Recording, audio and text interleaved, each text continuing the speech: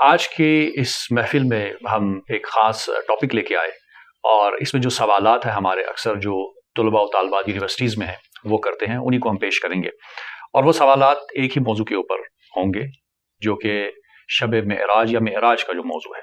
ویسے تو 27 رجب مبعث کا بھی ایک ایونٹ ہے اور معراج سے بھی مشہور ہے، لیکن کیونکہ سوالات ہمارے پاس معراج سے متعلق ہیں تو اس متعلق پہلا سوال کریں گے کہ شب معراج کی حیثیت اسلام میں کیا ہے اور اس کی اہمیت۔ لا حول ولا قوة الا باللہ، اللہم صلی علی محمد وعلی آل محمد۔ علی محسن بھائی، آپ کو ہماری اکیڈمی میں ویلکم ہے اور آپ کی پوری ٹیم کو بھی۔ ماشاء اللہ تعالیٰ یہ آپ نے جو سلسلہ اپنے پلیٹ فارم سے شروع کیا ہے، اللہ تعالیٰ آپ کو اس کی جزائے خیر دے اور احسن طریقے سے معاملے کو ساتھ لے کے چلنے کی توفیق عطا فرمائے، آمین۔ معراج النبی صلی اللہ علیہ وآلہ وسلم، رسول اللہ صلی اللہ علیہ وآلہ وسلم کے جو 3 بڑے بڑے معجزات جن کا ذکر قرآن میں آیا ان میں سے ایک ہے۔ جی، سب سے بڑا معجزہ جو قرآن میں ذکر ہوا وہ قرآن حکیم خود ہے۔ انا نحن نزلنا الذکر وانا لہ لحافظون، ختم نبوت کی برکت سے اس کی حفاظت کی ذمہ داری بھی اللہ تعالیٰ نے خود لے لی۔ اور قرآن حکیم کا معجزہ ہونا یہ سورۃ العنکبوت میں ذکر ہوا کہ اے نبی اس قرآن کے نزول سے پہلے نہ تو آپ اپنے دائیں ہاتھ سے کچھ لکھ سکتے تھے اور نہ آپ کتاب میں سے کچھ پڑھ سکتے تھے، ورنہ یہ چیز کافروں کو شک میں مبتلا کر دیتی کہ یہ کتاب آپ نے خود لکھی ہے۔ اور پھر ساتھ ہی ذکر ہے کہ یہ کافر ڈیمانڈ کرتے ہیں کہ نبی علیہ السلام پہ کوئی معجزہ کیوں نہیں نازل ہوا، تو اللہ تعالیٰ نے فرمایا کہ کیا ان کے لیے یہ کافی نہیں ہے کہ قرآن حکیم کی آیات روزانہ صبح و شام ان کے اوپر تلاوت کی جاتی ہیں؟ یہ نبی علیہ السلام کا معجزہ ہے۔ صحیح۔ دوسرا بڑا معجزہ جو قرآن میں آیا وہ شق القمر والا واقعہ ہے۔ جی، سورۃ القمر کے سٹارٹ میں اللہ تعالیٰ نے ذکر کیا۔ اور تیسرا جو معجزہ ہے جو قرآن حکیم میں رپورٹ ہوا وہ الاسراء والمعراج کا معجزہ ہے۔ صحیح۔ بیسیکلی یہ پبلک میں جو ٹرم مشہور ہو گئی وہ تو شب معراج والی تھی۔ جی، یہ 2 حصے ہیں، الاسراء والمعراج۔ الاسراء رات کے سفر کو کہتے ہیں جو نبی علیہ السلام کا سفر مبارک بیت اللہ سے لے کر بیت المقدس تک تھا، صحیح۔ اور دوسرا حصہ اس کا المعراج ہے جو آسمانوں کا سفر تھا بیت المقدس سے سدرۃ المنتہا تک۔ صحیح۔ یہ 2 چیزیں مل کر ایک معجزہ ہے الاسراء والمعراج۔ الاسراء کا ذکر جو ہے وہ سورہ بنی اسرائیل کے سٹارٹ میں ہے، سبحان الذی، ہاں جی، اسی وجہ سے الاسراء اسی کو کہا جاتا ہے، سورت اس سورت کے 2 نام ہیں۔ اور جو معراج والا سفر ہے اس کا ذکر جو ہے وہ سورۃ النجم کے اندر ہے۔ صحیح۔ تو یہ معجزہ ملا کر الاسراء والمعراج ہے۔ یہ نبی علیہ السلام کا وہ معجزہ ہے جو آپ کے ساتھ خاص ہے اور کسی پیغمبر کو یہ نصیب نہیں ہوا۔ نمبر 2، قرآن حکیم میں اس کا آنا ایک بہت بڑی بات ہے۔ باقی نبی علیہ السلام کے جتنے معجزات ہیں وہ ہم احادیث سے ثابت کرتے ہیں، لیکن یہ وہ 3 بڑے معجزات یعنی قرآن حکیم اور اس کے بعد شق القمر والا واقعہ اور تیسرا یہ معراج شریف کا وہ واقعہ ہے جو قرآن میں رپورٹ ہوا۔ اس اعتبار سے نبی علیہ السلام کی زندگی میں ایک آپ سمجھ لیں آپ کے لیے ایک انٹرٹینمنٹ اللہ تعالیٰ نے کی۔ مکی دور کے اینڈ کے اوپر جا کے جب نبی علیہ السلام کی 13 سال کی جو محنت ہے اس کے بعد آپ صلی اللہ علیہ وآلہ وسلم کو ایک ریکریشنل ٹرپ کروایا گیا اور اس میں پھر اللہ تعالیٰ نے اپنی قدرت کی کافی ساری نشانیاں دکھائیں۔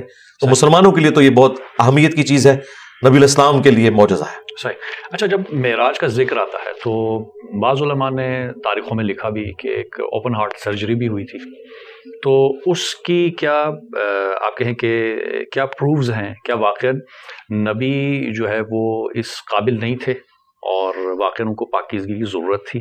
کیونکہ ہمارے ہاں عقیدہ یہ بھی ہے کہ نبی نبی ہوتا ہے بچپن سے ہی، ایسا نہیں ہے کہ وہ بعد میں اس کو نبوت ملی اور اس کو پاکیزگی ملی۔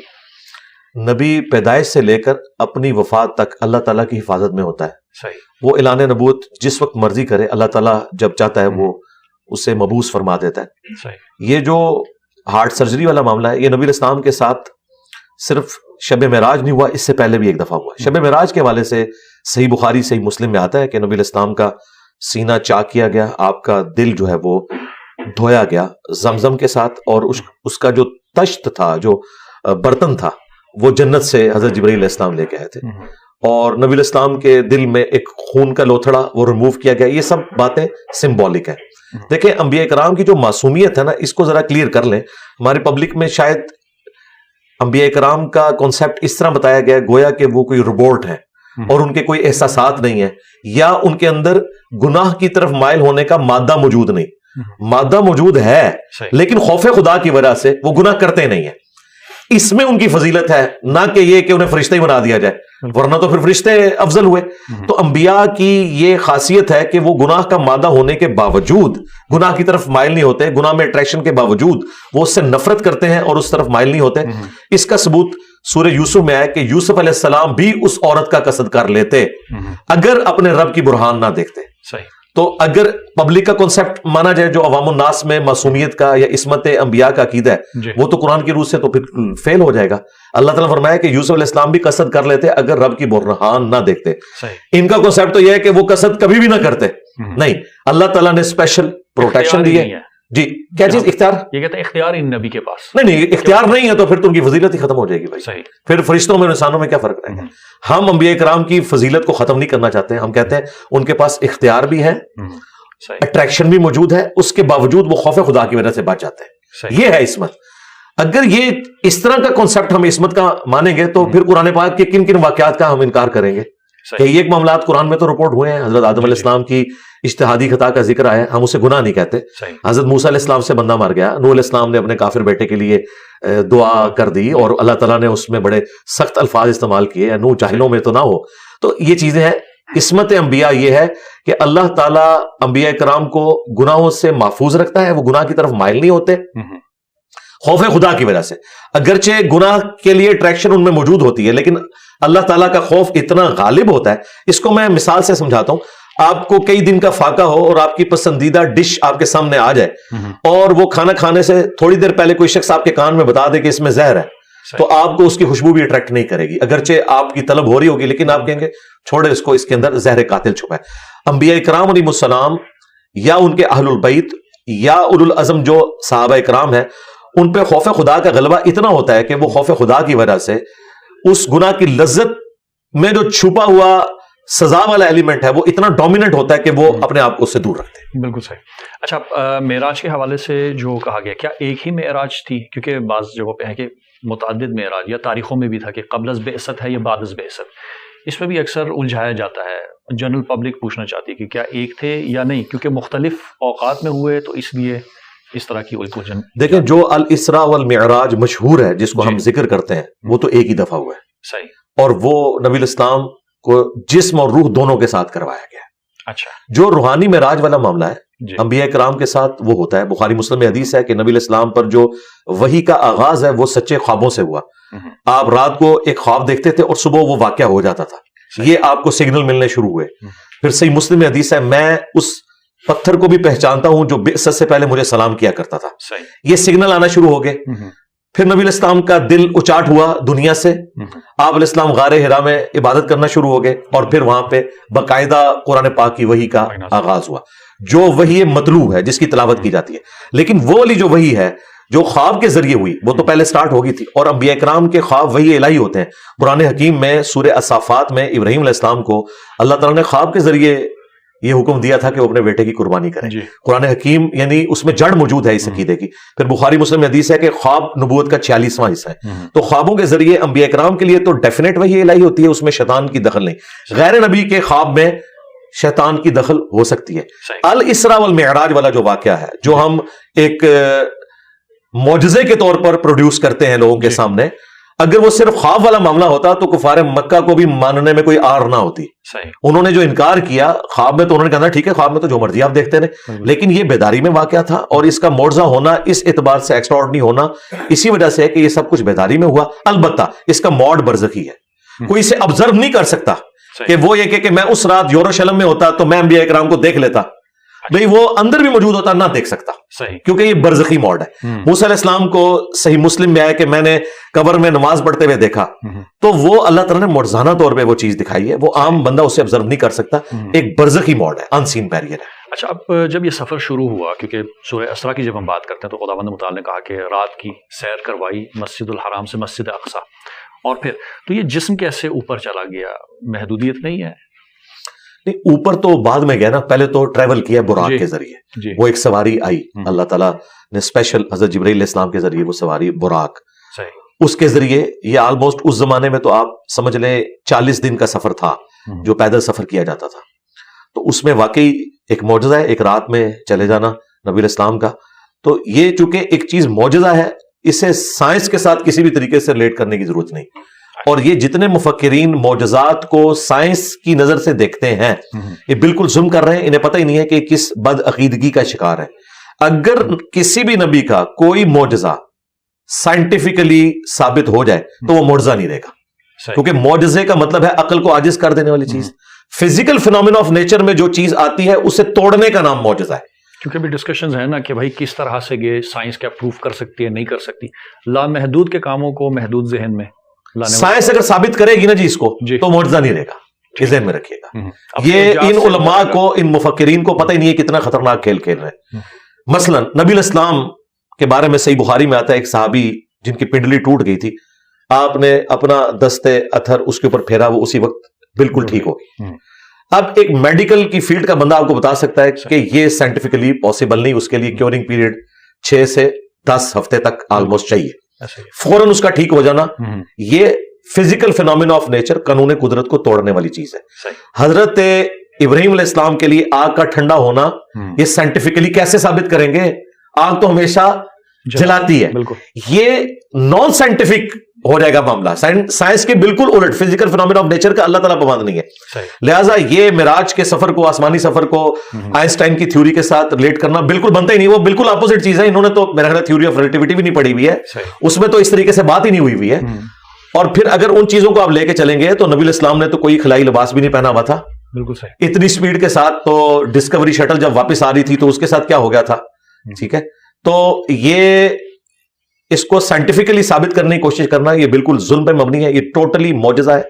حضرت عیسیٰ ابن مریم کا بغیر باپ کے پیدا ہونا کوئی اس کا سائنٹیفک آپ پروف نہیں دے سکتے, یہ معجزہ ہے. ان کا مردوں کو زندہ کرنا یہ معجزہ ہے. سائنس اسے ریپروڈیوس نہیں کر سکتی. لہٰذا اس چیپٹر کو تو بالکل کلوز کر دیں.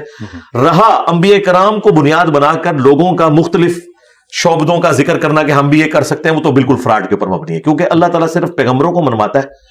پیغمبروں کے علاوہ جتنی ہستیاں ان کو منوانا اللہ تعالیٰ نے کوئی اپنے ذمہ کرم پہ نہیں لیا. لہٰذا ان کے بارے میں جو کہانیاں مشہور ہیں ہم انہیں کہانیاں کہتے ہیں. انبیاء والی بات تھی. اچھا, یہاں پہ ایک بات کلیئر کرنی ضروری ہے, کیونکہ ہمارے ہاں نا ہر کوئی کرامات کو بھی معجزہ کہتے ہیں. جب ہم لفظ معجزہ انبیاء کے لیے استعمال کرتے ہیں اس کا معنی کیا ہے, اس کی تعریف کیا ہے؟ کیونکہ ظاہر کرامتیں یا ایکسٹراڈنری کوئی کام ہو جاتا ہے کہتے ہیں جی معجزہ ہو گیا, تو اس میں کیا فرق ہے؟ جی فرق ہے اس اعتبار سے کہ معجزہ اگرچہ عربی میں لفظ استعمال ہوتا ہے عقل کو عاجز کر دینے والی چیز, لیکن قرآن و سنت میں اس کے لیے ٹرم معجزہ نہیں ہے, آیتن ہے, اللہ کی نشانی. ٹھیک ہے, معجزہ علم الکلام کی ایک ٹرم ہے جو چل رہی ہے. اچھا, اس کے ایکویلنٹ جو فزیکل فینومینا آف نیچر کو توڑنے والی کوئی چیز یا ایک روٹین سے ہٹ کے ہونے والی چیز, ہاں جی, اس کو اگر غیر انبیاء میں کوئی دیکھتا ہے یا کوئی چیز آتی ہے تو اس کے لیے کرامت کا لفظ استعمال کیا جاتا ہے وہ بھی آیتن ہی ہے. لیکن کرامت اس لیے بولا جاتا ہے کہ اس کے اوپر اسپیشل اللہ تعالیٰ نے اکرام فرمایا, اس پہ اللہ تعالیٰ کا کرم ہوا. لیکن خواہ معجزہ ہو یا کرامت ہو, انبیاء کے لیے ہو غیر انبیاء کے لیے ہو, یہ کوئی کمپیٹنسی نہیں ہے کہ کوئی شخص کر کے دکھا دے. مثلا اگر کر کے دکھا سکتے ہوتے تو موسیٰ علیہ السلام نے جب پہلی دفعہ اپنا عصا پھینکا تھا تو قرآن کے الفاظ ہیں کہ وہ جب اژدہا بنا تو موسیٰ علیہ السلام وہاں سے بھاگ گئے اور مڑ کے دیکھا بھی نہیں, ڈر گئے. اگر وہ انہوں نے خود بنایا ہوتا تو ڈرتے تو نا, ان کی زندگی میں وہ پہلا ایکسپیرینس تھا. پھر آگے چلیں, جب رسیاں سانپ نظر آئی لوگوں کو جادوگروں کی, اس وقت بھی موسیٰ علیہ السلام دل میں خوف کھا گئے. کیوں خوف کھا گئے؟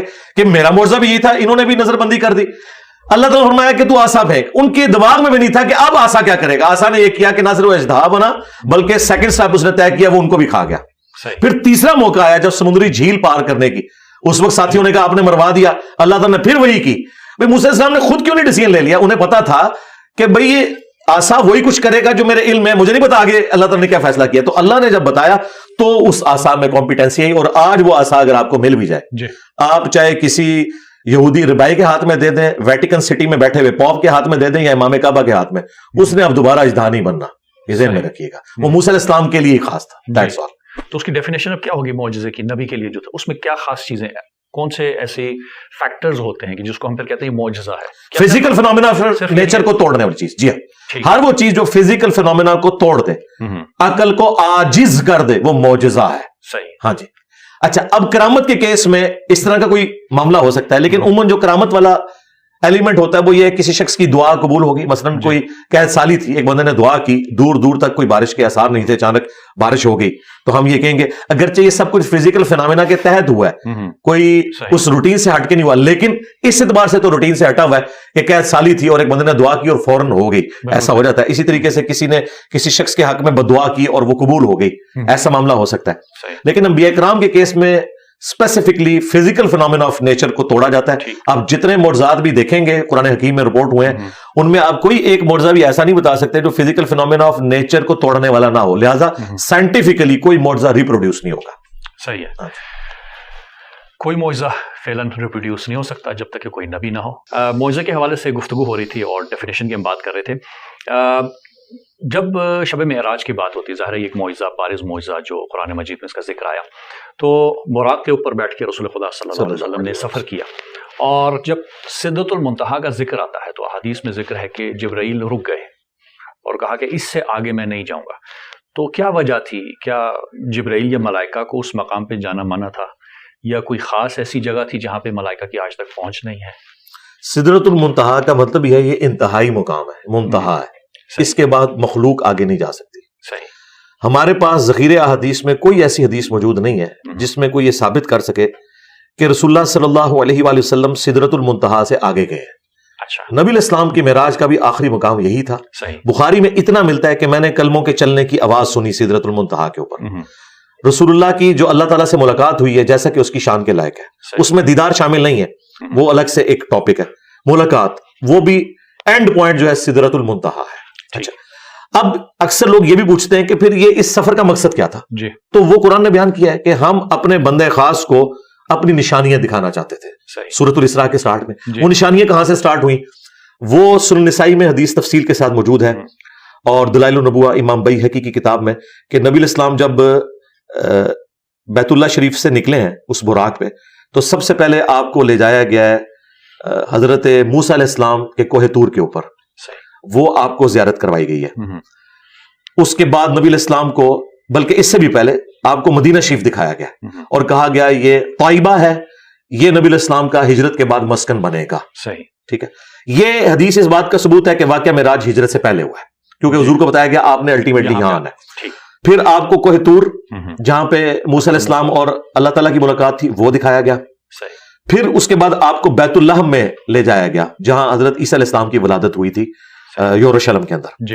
اور پھر نبی الاسلام نے وہاں پہ یروشلم میں, صحیح مسلم میں آتا ہے, انبیاء کرام کی امامت فرمائی بیت المقدس کے اندر, اور وہ وعدے کی تکمیل ہوئی جو سورہ آل عمران میں تھا کہ اگر میں تمہیں نبوت دوں, تمام انبیاء سے اللہ نے عہد لیا تھا, اور پھر تمہاری موجودگی میں اگر کوئی اور پیغمبر آ جائے, جس طرح کہ حضرت یحییٰ علیہ السلام نے تصدیق کی حضرت عیسیٰ علیہ السلام کی, تو نبی الاسلام کے کیس میں تو تمام انبیاء نے تصدیق کی اور وہ وعدہ پورا ہوا, وہ برزخی معاملہ ہوا, تمام انبیاء کو اللہ تعالیٰ نے وہاں جمع کیا. صحیح مسلم میں ہے کہ نبی الاسلام نے ان کی امامت کی اور حضرت جبرائیل نے آپ کو آگے کیا. یہ اناؤنسمنٹ تھی کہ آپ امام الانبیاء ہیں صلی اللہ علیہ وآلہ وسلم. اس کے بعد پھر نبی الاسلام نے اپنی سواری ایک چٹان کے ساتھ باندھی تھی وہاں پہ, اسی کے اوپر ڈوم آف دا راک ابھی بنا ہوا ہے یروشلم میں, جو گولڈن ڈوم ہے نا, وہ اس پتھر کے اوپر ہے جہاں سے نبی الاسلام آسمانوں کے سفر پہ گئے. آسمانوں کے سفر میں آپ نے 7 آسمان, پہلے آسمان کے اوپر آدم علیہ السلام سے ملاقات ہوئی, بخاری مسلم میں آتا ہے. دوسرے آسمان پہ حضرت عیسیٰ اور یحییٰ کے ساتھ, تیسرے آسمان کے اوپر یوسف علیہ السلام کے ساتھ ملاقات ہوئی, اور چوتھے کے اوپر ادریس علیہ السلام, 5ویں پہ ہارون علیہ السلام, 6ٹھے پہ موسیٰ علیہ السلام, اور 7ویں پر جد امجد سیدنا ابراہیم علیہ السلام سے ملاقات ہوئی. اور پھر نبی الاسلام کو جنت بھی دکھائی گئی, جہنم بھی دکھائی گئی, یہ سارے منظر آپ کو دکھائے گئے. آپ کے ایمان کو اس ایپیکس کے اوپر لے کے جانا تھا, اور آپ کا جو الٹیمیٹ جو مقام تھا نا وہ تھا سدرۃ المنتہا. وہیں پر نبی الاسلام کو اللہ تعالیٰ نے 3 تحفے دیے, صحیح مسلم میں آتا ہے, 5 نمازوں کا تحفہ, دوسرا سورۃ البقرہ کی آخری 2 آیات وہ اس دنیا پہ نازل نہیں ہوئی ہیں, وہ آسمانوں میں نازل ہوئی ہیں, اور تیسرا آپ کا جو امتی بھی شرک نہیں کرے گا اس کی الٹیمیٹ مغفرت کی بشارت ہے. یعنی چاہے وہ گناہوں کا عذاب بھوگتے, شفاعت ہو, الٹیمیٹلی اس نے بخشا جانا ہے جس نے دنیا میں شرک نہ کیا ہوا. یہ 3 تحفے آپ کو ملے, کیونکہ شرک تو خدا معاف نہیں کرے. اچھا, نمازوں کا ذکر آیا تو بعض اوقات سوال یہ آتا ہے کہ کوئی بارگیننگ ہو رہی تھی کہ آ رہے تھے, پھر ایک نبی نے کہا کہ بھائی اور کم کرائیں, پھر اوپر جاتے تھے. جی بالکل ایسا ہوا ہے. دیکھیں گے اللہ تعالیٰ کی سنت ہے اس چیز کو مایوب سمجھنا تو اسی طریقے سے ہے کہ کوئی شخص انبیاء کرام کے دنیا میں آنے کو مایوب سمجھے کہ کیا اللہ انبیاء کا محتاج ہے کہ اپنی شناخت کے لیے انسانوں میں سے کسی کو چنے. اور یہ کافر اعتراض کرتے بھی تھے کہ فرشتہ کیوں نہیں نازل ہوا قرآن حکیم میں. تو اللہ تعالیٰ فرمایا یہ میں ڈیسائیڈ کروں گا نا کہ میں نے اپنے تک پہنچنے کا وسیلہ توسل انبیاء کو بنایا. جو انبیاء کی پیروی کریں گے وہ میرے تک پہنچیں گے, اور جو انبیاء کرام کی پیروی نہیں کریں گے, خواہ وہ اپنے آپ کو جتنا مرضی نیک سمجھیں, جو مرضی اچھے اعمال کریں, اللہ کے حضور وہ زیرو سے ملٹی پلائیں گے جب تک وہ انبیاء کا پیٹرن اڈاپٹ نہیں کرتے. یہ بارگیننگ والا جو معاملہ ہے یہ بخاری مسلم دونوں میں رپورٹ ہوا ہے. موسیٰ علیہ السلام کے پاس جب نبی علیہ السلام آئے تو انہوں نے کہا کہ حضرت یہ 50 نمازیں تو بہت زیادہ ہیں, مجھے ایکسپیرینس ہے یہ لوگ نہیں پڑھ سکیں گے, ٹھیک ہے آپ کم کروائیں. اور پھر یوں 5 کر کے کم ہوئی اور الٹیمیٹلی 5 رہ گئی. موسیٰ علیہ السلام اس پہ بھی راضی نہیں تھے, انہوں نے کہا آپ پھر واپس جائیں, یہ بھی زیادہ ہے. انہوں نے کہا نہیں مجھے حیا آتی ہے. اس کے بعد امت کو حیا نہیں آتی, 5 چھوڑ دیتے ہیں, اور اس کو انہوں نے اتنا اپنے لیے ایک آزمائش سمجھ لیا کہ 5 نمازیں جو ہے نا ہمارے لیے بہت زیادہ ہے. تو پھر بخاری مسلم کے الفاظ ہے, اللہ تعالیٰ نے فرمایا کہ پھر ہمارا کال بھی نہیں بدلے گا, نمازیں 5 ہوں گی لیکن ایک نیکی 10 کے برابر ہے جو قرآن میں آیا سورۃ الانعام کے اندر. یہ پڑھیں گے 5 ثواب 50 کا ہوگا. یعنی اللہ کا قول بھی اپنی جگہ موجود ہے. نبی علیہ السلام کو جو اللہ تعالیٰ نے نوازش فرمائی اور نوازش آپ کے ذریعے پوری امت کے اوپر ہوئی, تو موسیٰ علیہ السلام کے بھی ہم شکر گزار ہیں. شکریہ موسیٰ علیہ السلام. صحیح. چلیں اچھا, اب یہ جو مناظر دکھائے گئے ظاہر ہے کوئی حکمت تھی, لیکن کیا کوئی مناظر کے بارے میں کچھ بیان ہوا ہے کہ جنت کے کون سے مناظر دکھائے گئے, کیا چیز دکھائی گئی, اور جہنم کے کون کون سے مناظر رسول پاک صلی اللہ علیہ وسلم کو دکھائے گئے؟ دیکھیں جنت میں جو اللہ تعالیٰ نے نہریں رواں کی ہیں, جو محلات بنے ہوئے ہیں, جتنی تفصیلات آپ کو احادیث کے اندر جنت کے حوالے سے آتی ہیں نا کہ جنت میں یہ ہے, وہ نبی علیہ السلام کو فزیکلی دکھایا گیا کہ دودھ کی شہد کی نہریں ہوں گی, جس طرح سورہ محمد کے اندر جسے سورہ قتال کہتے ہیں پوری تفصیلات آئی ہیں. نبی علیہ السلام کو فزیکلی یہ چیزیں دکھائی گئی کیونکہ انبیاء کا جو ایمان ہے اللہ تعالیٰ نے اس کو حق الیقین تک پہنچانا ہوتا ہے. تو یہ سارے مناظر آپ کو دکھائے گئے. جنتی جنت میں پہنچ چکے ہیں, وہ سب کچھ آپ کو ٹائم میں ٹریول کروا کے پہلے سے دکھا دیا گیا. ظاہر ہے ابھی تو نہیں لوگ پہنچے ہوئے, وہ اللہ تعالیٰ نے مستقبل دکھایا پہلے. اسی طریقے سے جہنمی جہنم میں پہنچ چکے ہیں, وہ منظر بھی دکھایا. نبی علیہ السلام کو جہنم میں جو مختلف لوگوں کے عذابات ہیں, بدکاری کرنے والوں کے, چغلی کھانے والوں کے, غیبت کرنے والوں کے, یہ سارے کے سارے عذابات کی تفصیلات دکھائے گی. اور یہ وہ چیزیں جن کا بہت سا پورشن خواب میں بھی آپ کو دکھایا گیا. جو کہتے ہیں نا خواب کے اندر معراج ہوئی ہیں, خواب میں نبی علیہ السلام کو کئی ایک گناہوں کے عذابات جو جہنم میں ہونے والے تھے وہ دکھائے گئے. وہ تو کافی زیادہ تفصیلات ہیں, وہ جسے شوق ہے وہ مشکات المصابیح جو ہم نے یہاں رکھی ہوئی ہے, اس میں معراج کا ایک پورا چیپٹر ہے, اس میں بخاری مسلم کے حوالے سے موجود ہے. اور پھر جنت اور جہنم کا بھی جو چیپٹر ہے اس میں بھی اس حوالے سے موجود ہے, نبی علیہ السلام کو جو کچھ دکھایا گیا. بیسیکلی اس پورے ٹرپ کا مقصد نبی علیہ السلام کے ایمان کو ایپیکس تک پہنچانا تھا. وَوَجَدَكَ ضَالًّا فَهَدَىٰ, ہم نے آپ کو اپنی محبت میں خود رفتہ پایا تو ہدایت کے اعلیٰ ترین مرتبے پر پہنچا دیا. اور یہ اعلیٰ ترین مرتبہ تھا جو نبی علیہ السلام کو اللہ تعالیٰ نے شب معراج اپنی قدرت کی نشانیاں دکھائیں, اور سب سے بڑھ کر جو اللہ کی اپنے پیغمبر کے ساتھ ملاقات ہوئی ہے. تو اگر وہ سوال آپ کے پاس ہے وہ دیدار والا, تو میں اسے ریبٹل کر دوں گا اگر آپ کریں گے تو. جی یقیناً, کیونکہ نیکسٹ سوال یہی تھا کہ جو دیدار ہوا, کیونکہ ظاہر اللہ سے ملاقات, اللہ جسم تو نہیں رکھتا, وہ ذات ایسی ہے کہ جو کہ لامحدود ہے. تو یہ ملاقات سے کیا مراد ہے, اور کیا کوئی گفتگو ہوئی اللہ اور نبی کے درمیان؟ ہاں جی دیکھیں, بلا واسطہ. جی ہاں بلا واسطہ ہوئی, بالکل. دیکھیں اللہ تعالیٰ نے سورہ الشورى کے اینڈ پہ جا کے جو وحی کے 3 موڈ ذکر کیے ہیں کہ اللہ تعالیٰ اپنے بندوں میں سے جب کسی کو چنتا ہے پیغمبر کے طور پر, تو اس کے ساتھ جب گفتگو کرتا ہے حجاب میں کرتا ہے, یا اس کے پاس کوئی فرشتہ بھیجتا ہے. اور یہ جو تیسرا اعلیٰ ترین موڈ ہے کہ اللہ تعالیٰ اس کے دل کے اوپر کوئی بات القاء کرے ڈائریکٹلی. اچھا اب چونکہ اس کی کوئی مثال بیان نہیں کی جا سکتی تو میں اس کو ایکسپلین تو نہیں کر سکتا. لیس کمثلہ شیء, اللہ کی مثل کوئی شے نہیں. الہام بھی تو ہے نا, جس طرح موسیٰ کی ماں پہ ہم نے الہام کیا. جی وہ تو بہت چھوٹا لیول ہے نا جی. صحیح. وہ غیر انبیاء کے اوپر جو الہام والا معاملہ جو اگلی امتوں میں تھا, اس امت میں ختم نبوت کی وجہ سے وہ تو بین ہو چکا. صحیح. اور وہ بھی انبیاء کی نسبت کی وجہ سے ہوا تھا, عیسیٰ ابن مریم کی والدہ کو بھی اور موسیٰ علیہ السلام کی والدہ کو بھی. صحیح. لیکن یہ جو وحی ہے نا, یہ وہی انبیاء والی وحی ہے, یہ ایک ایکسٹرا آرڈنری چیز ہے. وہ تو شاید کی مکھی کے لیے بھی آیا کہ اس پہ بھی اللہ تعالیٰ نے اس کی انسٹنکٹ کے مطابق الہام کیا ہوا ہے. تو نبی علیہ السلام کے ساتھ جو ملاقات والا معاملہ ہے، اس میں 3 ورژن موجود ہیں اس وقت امت کے اندر. میں وہ تینوں بتا دیتا ہوں. جی. بخاری مسلم میں ایک ورژن تو ہے عبداللہ ابن مسعود کا، وہ تو کیٹاگوریکل ڈینائی کرتے ہیں. وہ کہتے ہیں کہ یہ جو قاب قوسین او ادنا والی جو آیت ہے، یہ جبرائیل علیہ السلام اور رسول اللہ کی ملاقات ہوئی ہے. یہ ان کا اپنا ورژن ہے. نبی الاسلام سے انہوں نے اس کو مرفوعاً بیان نہیں کیا، اپنا موقف موقوفاً روایت. ہاں جی. اچھا، دوسرا ورژن جو ہے وہ ہے حضرت ابن عباس کا.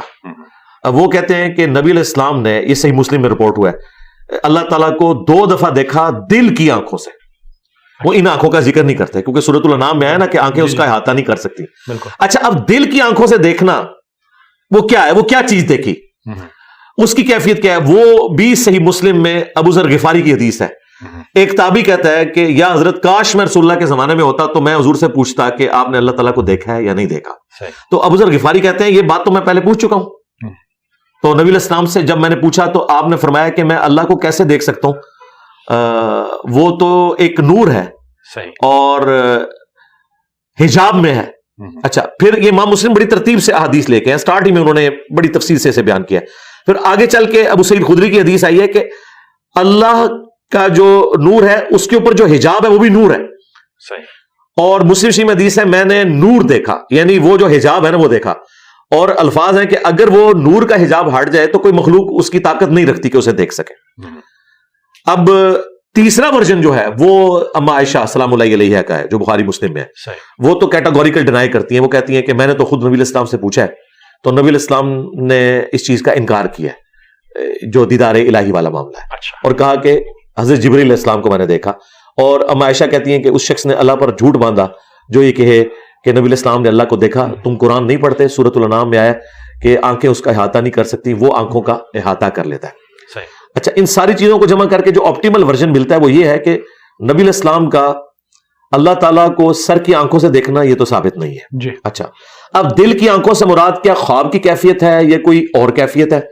تو جامع ترمذی میں ملتا ہے کہ میں نے اپنے رب کو خواب میں احسن صورت میں دیکھا. اور پھر نبی علیہ السلام نے باقاعدہ ایک دعا کی جو رپورٹ ہوئی ہے، اللہم انی اسألک فعل الخیرات و ترک المنکرات. یہ لمبی دعا ہے. یہ مسند احمد میں بھی رپورٹ ہوئی ہے. امام ترمذی نے اس حدیث کو صحیح کہا ہے اور ساتھ انہوں نے لکھا ہے کہ میں نے امام بخاری سے پوچھا تو انہوں نے بھی اس حدیث کو صحیح کہا. تو خواب میں دیکھنے کے اوپر تو یعنی اتفاق ہے.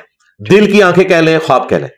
اب جو آخری چیز ہے نا، وہ ہمارے استاد مولانا اسحاق صاحب نے بڑی اچھی بات کی تھی. انہوں نے کہا کہ اگر شب معراج نبی علیہ السلام نے اللہ تعالیٰ کو دیکھا ہوتا تو پھر نبی علیہ السلام کے لیے اب جنت میں کوئی اٹریکشن باقی نہیں ہے کیونکہ کائنات کی الٹیمیٹ حقیقت انہوں نے دیکھ لی ہے. صحیح. تو یہ انہوں نے اجتہاد کیا اور یہ بڑا فٹ ان بیٹھتا ہے. انہوں نے کہا کہ نبی علیہ السلام کے لیے قیامت کے دن جنت بھی آپ نے دیکھ لی، سب کچھ دیکھ لیا. نبی علیہ السلام کے لیے قیامت کے دن کیا تحفہ ہے؟ وہ اللہ کا دیدار ہے. اس میں اہل سنت اور اہل تشیع کا اختلاف پایا جاتا ہے. ایک طرف اہل تشیع یہ بھی بات کرتے ہیں کہ مولا علی علیہ السلام اس وقت تک سجدے سے سر نہیں اٹھاتے تھے جب تک اللہ کو دیکھ نہ لے. دوسری طرف وہ کہتے ہیں کہ اللہ کو دیکھا نہیں جا سکتا. ہم کہتے ہیں ایک بات ہمیں بتائیں نا کہ کیا ہے، تو وہ کہتے ہیں آنکھیں نہیں، وہ دل کی آنکھوں سے دیکھتے تھے. میں کہتا ہوں نہیں، دل کی آنکھیں ہوں، سر کی آنکھیں ہوں، کیا دل کی آنکھیں اللہ کا احاطہ کر سکتی ہیں؟ وہ بھی نہیں کر سکتی. لیکن اللہ تعالیٰ اپنی شان کے لائق جسے چاہے گا دیدار عطا کرے گا. میں اہل سنت کے موقف کے ساتھ ایگری کرتا ہوں. قرآن پاک کی جو آیات ہیں اسے سپورٹیو ہیں کہ جو کفار ہیں وہ اپنے رب سے قیامت کے دن اوٹ میں کر دیے جائیں گے. تو اس کا جو الٹیمیٹ نتیجہ یہ ہے کہ اہل ایمان کو زیارت کروائی جائے گی. بخاری مسلم میں تو کئی احادیث ہیں. نبی علیہ السلام نے باقاعدہ مثال دی کہ یہ 14ویں رات کے چاند کو تم دیکھ رہے ہو کتنا واضح ہوتا ہے، اس طرح تم اپنے رب کو جنت میں دیکھو گے. اچھا، اب کیا اللہ تبارک و تعالی جو اپنی ذات میں جو ہے اسی اعتبار سے وہ تو مخلوق احاطہ نہیں کر سکتی، لیکن وہ اپنی تجلی کسی طریقے سے اپنی مخلوق کو دکھانا چاہے تو جی موسیٰ علیہ السلام کے لیے بھی ہوئی ہے، اگرچہ وہ انڈائریکٹ ہوئی تھی، وہ بے ہوش ہو گئے تھے. لیکن انشاءاللہ موسیٰ علیہ السلام کو سلام ہے ہماری طرف سے. ایک تو انہوں نے ہماری نمازیں کم کریں، دوسرا ان کے لیے بشارت یہ کہ ہمارے نبی نے ہمیں جو خبر دی ہے انشاءاللہ تعالیٰ آپ کی دیدار کی تمنا جو ہے نا جنت میں اللہ تعالیٰ پوری. مولا علی کا آپ نے ذکر کیا، مجھے ایک روایت ذہن میں آ گئی، اکثر ہم نے سنا ہے علماء سے کہ کسی نے پوچھا کہ کیا آپ جس کی عبادت کرتے ہیں اس کو دیکھا؟ انہوں نے کہا میں بن دیکھے کسی کی عبادت نہیں کرتا. تو کہا کہ کیسا پایا؟ تو انہوں نے کہا کہ میں نے اپنی سر والی آنکھوں سے نہیں بلکہ دل کی آنکھ سے دیکھا. تو یہاں پہ دیکھنا کیا مجازن استعمال نہیں ہوا؟ کیونکہ ظاہر ہے وہ ذات جس طرح بھی آپ نے کہا اس ذات کو تو نہیں دیکھ سکتے. وہ جو تجلی ہے، وہ جو اوصاف ہے، صفات ہے، کیونکہ ہر طرف انسان کو بعض اوقات کہا جاتا ہے کہ جی ہر طرف ہی خدا نظر آتا ہے، تو کیا یہ مراد نہیں ہے؟ یہ مراد ہے. تو میرا خیال ہے صحابہ اکرام اور اہل بیت نے اس زمانے میں خدا کو ویسا نہیں دیکھا جس طرح سائنس کی برکت سے آج ہم دیکھ رہے ہیں. صحیح.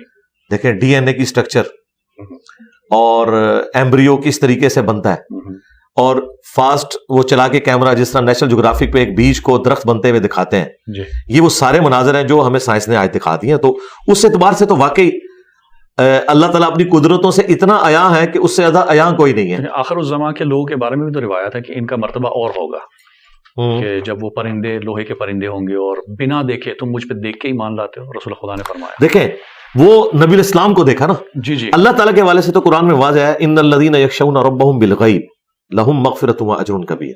جو بن دیکھے اپنے رب سے ڈرتے ہیں ان کے لیے مغفرت اور اجر عظیم ہے.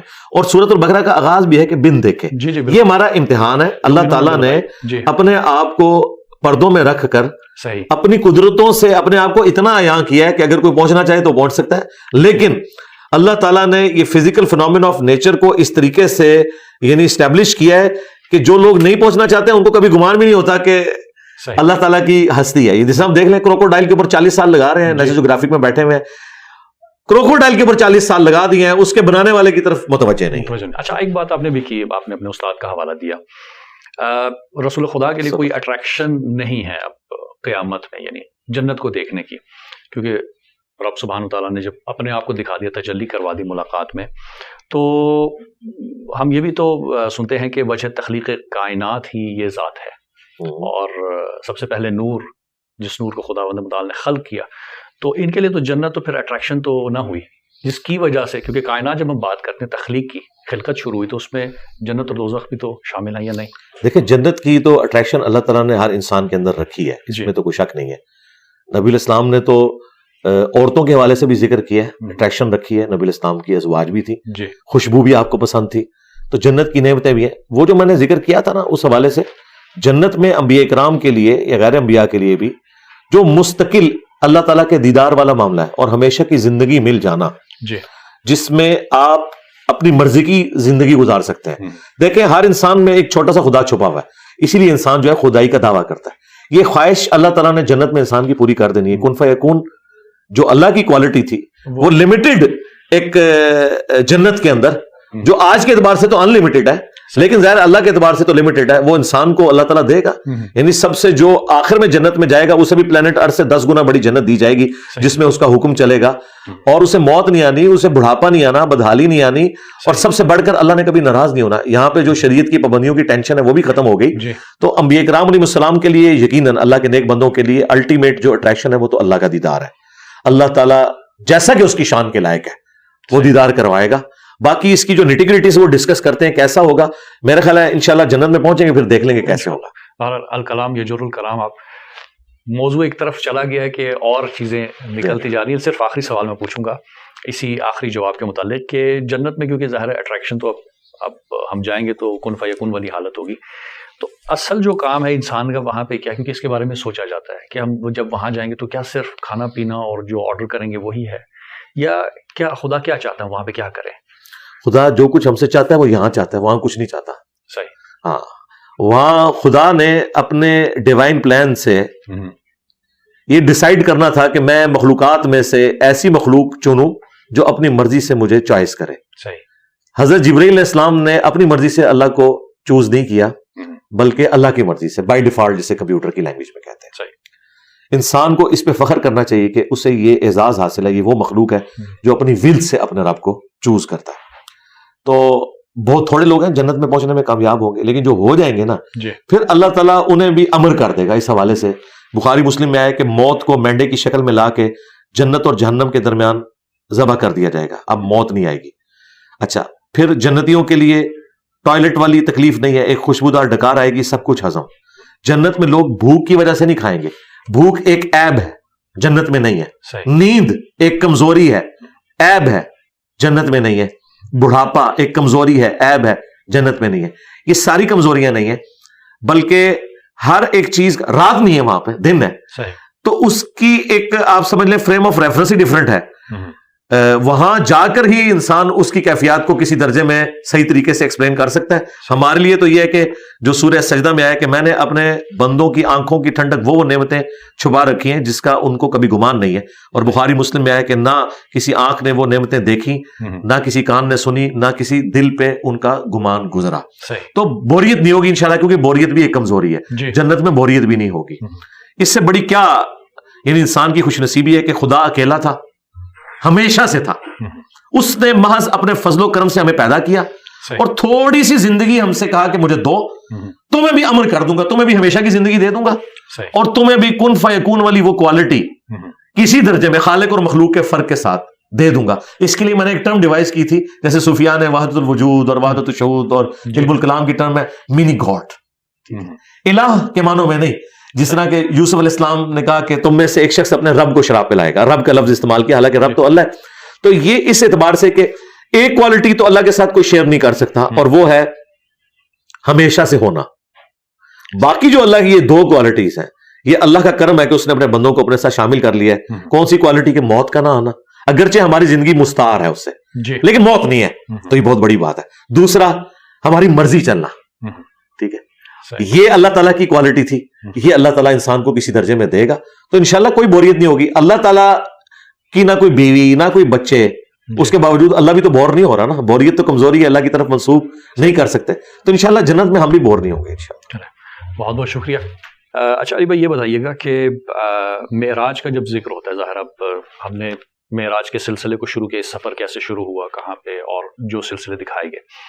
جب نبی کریم صلی اللہ علیہ وسلم واپس تشریف لائے تو یہ ایک چیلنج تھا, ظاہر ہے. اب اس کی خبر صرف آپ کو ہی تھی اور کسی کو نہیں تھی, تو یہ کس طرح سے بات پھیلی, اور پھر مشرکین کا جس طرح سے اس کے اوپر ریاکشن دکھانا, تو اس حوالے سے اگر تاریخی حوالے سے ہمیں دیکھیں. ریاکشن جو ہے وہ تو آیا یقیناً, ایک ایکسٹراڈنری واقعہ, ابھی بھی ریاکشن آئے گا. آج کے اس دور میں بھی آسمانوں کی سیر تو کوئی سوچ بھی نہیں سکتا. تو ظاہر ایک معجزہ تھا, اور انہوں نے جس طرح باقی چیزوں کا مذاق اڑایا, اس کا بھی اڑایا. اور وہ ہمیں المعجم الکبیر طبرانی میں تفصیل کے ساتھ ملتا ہے. دلائل النبوہ میں حضرت ابوبکر صدیق رضی اللہ تعالیٰ عنہ کو باقاعدہ ٹونٹ کیا کافروں نے کہ بتاؤ اگر کوئی شخص یہ دعویٰ کرے کہ راتوں رات وہ بیت المقدس گیا ہے, پھر آسمانوں پہ گیا ہے, ان کا یہ تو پاسبل نہیں ہے. تو ان کا تمہارا صاحب یہی کہہ رہا ہے. تو ان کا اگر رسول اللہ کہہ رہے ہیں نا, تو اس سے بڑی چیزیں میں نے مان لی ہوئی ہیں, تو وہ سچ کہہ رہے ہیں, اور اسی بنیاد پہ آپ کا صدیق لقب ٹھہرا. اچھا, اب اس سے اگلا ورژن بھی آیا ہے جو بخاری مسلم میں آیا کہ پھر کافروں نے کہا اچھا اگر آپ واقعی گئے ہیں نا, تو ہم آپ سے کچھ کوشچنز کریں گے, آپ ریبٹل کریں ان کو. بتائیں بیت المقدس کے دروازے کتنے ہیں, کتنی سیڑھیاں آپ چڑھے تھے, کلر کیا تھا دیواروں کا, آپ مجھے بتائیں. مجھے 2 سال ہو گئے اس اکیڈمی کی سیڑھیاں چڑھتے ہوئے, میں نے کبھی گن کے تو نہیں چڑھا. ایک انسان جب زندگی میں گئے ایک دفعہ, اور اس کے لیے تو ایک ایکسائٹمنٹ ہی اتنی ہے, ان چیزوں کی طرف تو توجہ نہیں ہوتی. بخاری مسلم کے الفاظ ہیں, میں حتیم کعبہ میں کھڑا تھا اور لوگ مجھ سے سوال پوچھ رہے تھے. میں اتنا پریشان ہوا کہ اعلان نبوت کے بعد پہلی دفعہ میں اتنا پریشان ہوا تھا کہ مجھے ان کی باتوں کے جواب نہیں آ رہے تھے کہ میں نے اب کیا جواب دینا ہے. تو اللہ تعالیٰ نے اسی لمحے بیت المقدس کو اٹھا کے میری نگاہوں کے سامنے کر دیا. حتیم کعبہ میں حضور کھڑے میں, اور بخاری مسلم کے الفاظ ہیں, میں بیت المقدس کو اپنے سامنے دیکھ رہا تھا. وہ جو مجھ سے پوچھتے تھے نا, بتاؤ کہ فلاں دروازہ کس جگہ پہ ہے, تو میں دیکھ کے بتا دیتا تھا. تو وہ سارے کے سارے پھر خاموش ہو گئے.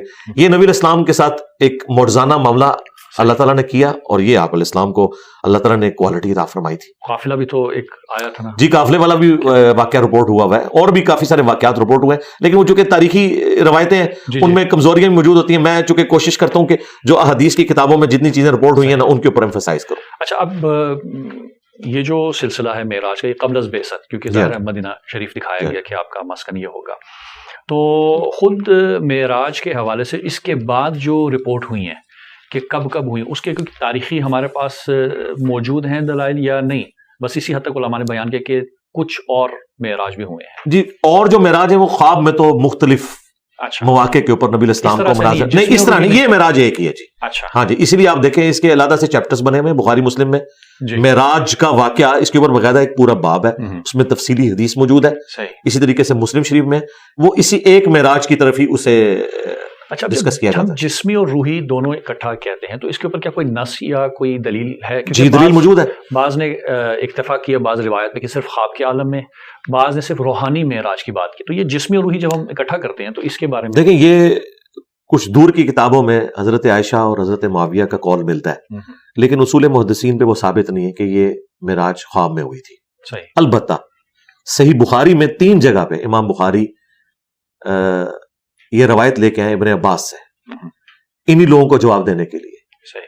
سورہ بنی اسرائیل کی آیت نمبر 60 میں آیا ہے کہ ہم نے جو آپ کو وہ رؤیا دکھایا تھا وہ ہم نے آزمائش بنا دیا ان لوگوں کے لیے. اب رؤیا آنکھ سے دیکھنے کو بھی کہتے ہیں، خواب میں دیکھنے کو بھی کہتے ہیں. صحیح. ابن عباس یہ آیت پڑھا کرتے تھے اور کہتے تھے کہ یہ رؤیا سر کی آنکھوں سے ہے، دل کی آنکھوں سے نہیں ہے. یعنی ابن عباس اعلانیہ یہ کہا کرتے تھے کہ نبی الاسلام کی جو معراج والا معاملہ ہے یہ فزیکل ہے. پھر عبد کا لفظ بھی صرف روح کے اوپر نہیں بولا جائے گا. ہاں ظاہر ہے، کلیئر کٹ ہے. اہل سنت اہل تشیع کا اس کے اوپر اجماع ہے. چند ایک آج کل کے کچھ مستقبل میں بھی آنے والے شاید کوئی مفکرین اس طرح کے معاملات کو گود لیں، لیکن ماضی میں ان کے لیے کوئی اصل نہیں موجود. ماضی میں جو احادیث کی کتابیں ہیں وہ بالکل 180 ڈگری دوسری طرف کھڑی ہوئی ہیں. دیکھیں امام بخاری نے باقاعدہ چیپٹر کی ہیڈنگ میں وہ آیت ڈال کے نیچے ابن عباس کا قول ڈالا ہے تاکہ کوئی اس میں باطل داخل نہ کر سکے اور اس کو کہیں روحانی سفر بنانے کی کوشش نہ کرے. یہ معجزہ تھا. مسلمانوں کو قرون اولیٰ میں پتہ ہی نہیں ہے کہ خواب میں بھی کوئی معراج ہوتی ہے، اس طرح کی معراج. وہ خواب میں نبی الاسلام پہ تو ایک نہیں درجنوں دفعہ وہی نازل ہوئی ہے، لیکن یہ جو ایک واقعہ ہے الاسراء والمعراج والا یہ فزیکل واقعہ. صحیح. اچھا 27 رجب کیونکہ ظاہر مبعث کا بھی ایک عنوان ہے اور رسول پاک صلی اللہ علیہ وسلم نے اعلان بعثت یا اعلان نبوت کیا، تو یہ بھی 27 رجب. اچھا اب کیونکہ یہ 2 تاریخیں مل گئی ہیں، اکثر ہمارا ہوتا ہے کہ جب اس قسم کی کوئی خاص تاریخیں جب آتی ہیں تو اس کی جو شب ہوتی ہے اس میں کہا گیا کہ یہ خاص اعمال کریں. تو کیا ہمارے سلسلے روایات میں کوئی اعمال ذکر ہوئے ہیں ان خاص راتوں کے لیے یا نہیں، بس ایسے ہی لکھ دیا کیونکہ فضیلت کی رات ہے؟ یہ صوفیاء کے ہاں ہی کچھ انہوں نے نوافل وغیرہ ذکر کر دی ہیں. احادیث میں تو اس طرح کی کوئی تفصیلات نہیں آتی ہیں. احادیث میں جس رات کو ایمفیسائز کیا گیا وہ شب قدر ہے جو رمضان مبارک کے آخری عشرے کی طاق راتوں میں آتی ہے، بخاری مسلم میں موجود ہے. اور اسی کی فضیلت آئی ہے، اسی کے بارے میں قرآن میں آیا کہ اہم فیصلے بھی اسی رات میں ہوتے ہیں اور پوری سورۃ القدر نازل ہوئی. باقی جو اس طرح نبی الاسلام کے مائل سٹون ہے، ہجرت والی رات ہے یا شب معراج والی رات ہے، عید کی رات، ہاں عید کی رات، اور یہ باقی ساری جتنی چیزیں ہیں ان کے بارے میں کوئی بھی مضبوط روایتیں نہیں ملتی. اچھا یہاں پہ تو لوگوں نے سیلیبریشنز والا سلسلہ زیادہ کر دیا ہے، اس کی وجہ سے یعنی اس کو ایک مذہبی ایکٹیویٹی بنا کے پیش کرنا شروع کر دیتے ہیں. حالانکہ مذہبی ایکٹیویٹی اگر یہ اس طریقے سے ہوتی تو احادیث کی کتابوں میں باقاعدہ ان کے چیپٹرز بنا کے ان کی ڈیٹس بتائی جاتی کہ ان کو آپ نے سیلیبریٹ کرنا ہے. سیلیبریٹ کرنے کے لیے ہمیں جو چیزیں بتائی گئی ہیں وہ عید کا دن ہے، جمعے کا دن ہے، اور اس کے بعد اگر راتوں میں کوئی چیز بتائی گئی ہے تو وہ یہ شب قدر ہے. ایون صحیح مسلم میں حدیث ہے شب برات کی جو روایتیں وہ بھی کمزور ہیں جی. اچھا اہل سنت اور اہل تشیع میں تو بالکل وہ شابانیہ کوئی اور ہے، یہ والا شابان کا ہو رہا ہے. ہاں وہ کمزور روایتیں. جو شب برات کے بارے میں اہل سنت میں جو عوام الناس میں باتیں پائی جاتی ہیں وہ سارے فضائل بیسیکلی شب قدر کے ہی ہے جس رات میں قرآن نازل ہوا، کیونکہ قرآن تو شب قدر میں نازل ہوا ہے. جی واضح ہے یہ تو. اچھا یہ نہیں ہو سکتا کہ 2 راتیں مختلف ہوں، یعنی شب قدر کی اپنی اہمیت ہے لیکن اس کی بھی ایک اہمیت تھی جس کو کہا گیا کہ اس طرح سے اس کو مناؤ، ایسی کوئی چیز نہیں، اس طرح کی کوئی چیز رپورٹ نہیں ہوئی ہے. ٹھیک ہے. تو اس کے حوالے سے یعنی کہ جو دن بھی جس کو 15 شعبان کا دن پھر روزہ بھی رکھا جاتا ہے عموماً 15 شعبان کا روزہ اس اعتبار سے تو ثابت ہے صحیح مسلم میں کہ نبی الاسلام نے جو سرڑ شعبان کے روزے کا حکم دیا ہے جی، اور ایام 20 کے جو 3 روزے تھے 13 14 اور 15 وہ آپ پورا سال رکھا کرتے تھے، اس اعتبار سے تو ہے. پھر ایک اور حدیث النسائی میں ہے کہ نبی الاسلام نے فرمایا کہ آپ شعبان المعظم میں روزے رکھتے تھے. پوچھا گیا کیوں؟ تو فرمایا کہ شعبان میں نامہ اعمال اللہ کے حضور پیش ہوتے ہیں، اس لیے میری خواہش ہے کہ میں روزے کی حالت میں ہوں. تو شعبان کی ایک اپنی فضیلت اس اعتبار سے ہے. عائشہ کا قول ہے بخاری مسلم میں کہ نبی الاسلام پورا شعبان ہی روزہ رکھا کرتے تھے. ایون عائشہ کہتی ہے میں اپنے رمضان کے جو چھوٹے ہوئے روزے ہیں ان کی قضا شعبان میں دیتی تھی کیونکہ نبی الاسلام روزے سے ہی ہوتے تھے. تو شعبان کی اس اعتبار سے تو اہمیت اپنی جگہ موجود ہے. جی اچھا اب آخری کیونکہ میں سوال لوں گا وہ یہ کہ میسج آپ کی طرف سے ہمیں ایک چاہیے وہ اس حوالے سے کہ رجب، شعبان اور رمضان یہ 3 مہینوں کی بہت اہمیت بیان ہوئی. رجب کہا گیا کہ اللہ کا مہینہ، شعبان رسول اللہ صلی اللہ علیہ وسلم، اور رمضان امت کا مہینہ. تو کیا تیاری کرنی چاہیے؟ کون سی ایسی چیزیں جس کو لازمی طور پر ہماری جو جوان نسل ہے اس کو دیکھے تاکہ اپنے آپ کو آہستہ آہستہ اس طرف لے کے آئے؟ دیکھیں جو رمضان المبارک ہے نا، یہ تو obligatory چیز ہے. جی ہاں اس کے بارے میں تو کلیئر کٹ ہے. وہ بخاری مسلم میں حدیث ہے کہ اسلام کی بنیاد 5 چیزوں کے اوپر ہے. شہادتین کے بعد نماز کو قائم کرنا، زکوٰۃ، اور اس کے بعد رمضان کے روزے اور حج بیت اللہ اگر استطاعت ہو. تو ظاہر ہے شعبان المعظم سے تیاری والا سلسلہ تو شروع ہو جاتا ہے، لیکن اس میں بھی نبی اسلام نے فرمایا کہ شعبان کے آخری عشرے میں کوئی شخص روزے نہ رکھے سوائے اس کے جو شروع سے رکھتا آ رہا ہے، تاکہ رمضان کی اہمیت اپنی جگہ رہے. دیکھیں رمضان کو تو اللہ تعالیٰ نے اسپیشل پروٹوکول دیا ہے نا، شہر رمضان الذی انزل فیہ القرآن. بالکل ٹھیک ہے. باقی وہ ٹھیک ہے، رجب کا مہینہ ایک حرمت والا مہینہ بھی اپنی جگہ ہے، اللہ تعالیٰ کے ساتھ اس کی نسبت ہے. لیکن جو رمضان کا مہینہ ہے یہ بھی اللہ ہی کا مہینہ ہے اس اعتبار سے کہ اوبلیگیٹری ایک چیز. ہاں اور پھر دیکھیں رمضان کے اوپر ایک پورا رکوع سورۃ البقرہ میں ہے جس میں روزے کے احکامات بتائے گئے. تو میرا خیال ہے کہ رمضان کا خدا بھی وہی ہے جو غیر رمضان کا خدا ہے. ہمیں پورا سال ہی اللہ تعالیٰ کی طرف کمٹمنٹ کرنی چاہیے، لیکن پھر بھی چلے ایک رمضان ایک ذریعہ ہے. اور رمضان شریف جب آتا ہے اللہ تعالیٰ کی طرف سے مخلوقات کے لیے اناؤنسمنٹ کی جاتی ہے رحمت کے اعتبار سے. وہ تفصیلی احادیث ہیں اس حوالے سے، وہ الگ سے کبھی رمضان مبارک کے اوپر کوئی ٹاپک ہوا تو میں انشاءاللہ اس کے مسائل بھی فضائل بھی انشاءاللہ ضرور. شعبان میں کیا خاص چیزوں کا خیال رکھیں کہ رمضان کے اندر اچھی تیاری ہو؟ شعبان میں جن چیزوں کا خیال رکھنا ہے اس میں روزوں کی ہی امپورٹنس ہے جو رپورٹ ہوئی ہیں. ٹھیک کہ نبی الاسلام پورا شعبان ہی روزے رکھا کرتے تھے، بہت کم ہوتا تھا کہ آپ کوئی روزہ چھوڑے.